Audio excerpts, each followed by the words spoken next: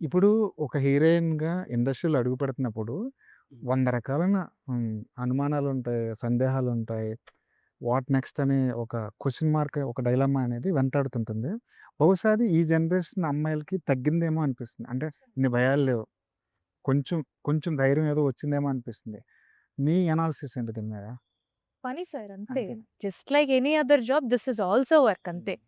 నాకు ఆర్ట్స్ అంటే చాలా ఇష్టం. మీకు ఇంతకుముందు చెప్పినట్టు చిన్నప్పటి నుంచి ప్రతి దాంట్లో పార్టిసిపేట్ చేస్తూ ఎలా అయితే యాక్టివ్‌గా ఉన్నానో, ఒక అవకాశం వచ్చినప్పుడు దాన్ని మనం ఎలా సద్వినియోగం చేసుకోవాలని ఒక ఐడియా మనకుండాలి అంతే. అంతకు మించి ఇంకేం లేదు. I just look at this as another job. నేను ఒకవేళ సినిమాలో లేకపోయుంటే maybe I would have done an IT job or maybe నేను చదువుకున్న దానికి maybe I would have done something equivalent to it అంతే గాని దీన్ని నేను ఒక పనిలాగానే చూస్తున్నాను.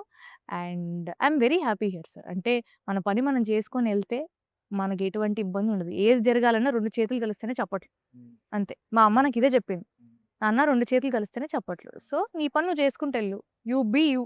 నీది నీ పని నువ్వు చేసుకో. నీ వాల్యూస్ నువ్వు పట్టుకో. నీకెలా ఉండాలనిపిస్తే నువ్వు అలా ఉండు. Then what can stop you? అని మా అమ్మ అడిగినప్పుడు అవును కరెక్టే కదా! అని.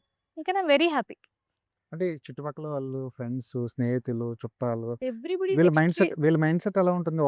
ఒక ఇంట్లోంచి ఒక అమ్మాయి హీరోయిన్ అవుతుందంటే వాళ్ళ మైండ్ సెట్ ఎలా ఉంటుంది? ఫస్ట్ నన్ను ఎవరు అలా చూడరు సార్. చూడరు. నా సర్కిల్‌లో నన్ను ఎవరు అలా చూడరు. హ్మ్. నేను కూడా అలా బిహేవ్ చేయను. హ్మ్. ఫస్ట్‌లీ హీరోయిన్ అనే పదం పక్కన పెడితే ఐయామ్ యాన్ యాక్టర్ అండ్ హ్మ్. యాక్టింగ్ ఈస్ ఎ హ్మ్. ప్రొఫెషన్. హ్మ్. అలానే చూస్తాను.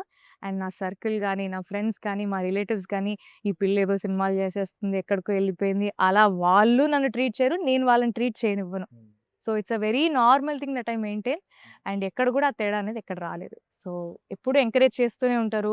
ఏదైనా పేపర్‌లో ఆర్టికల్ వచ్చినా వాళ్ళు ఆనందంగా ఇంకో ఫోటో తీసి మా అమ్మాయి పేపర్‌లో వచ్చిందని చెప్పి నాకు పంపించి so happy to see you అని పెడతారు. అది చాలు.